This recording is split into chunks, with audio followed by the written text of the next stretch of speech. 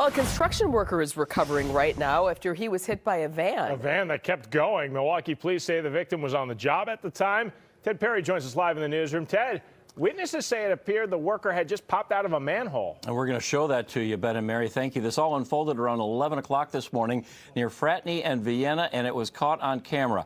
Take a look at the top left portion of your screen here.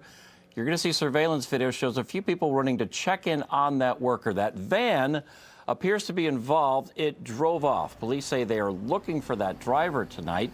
The victim, a 35-year-old man, was taken to the hospital. He is expected to be okay, but he was popping up out of that manhole when the van came. We don't know if the van saw him or not, to be honest with you.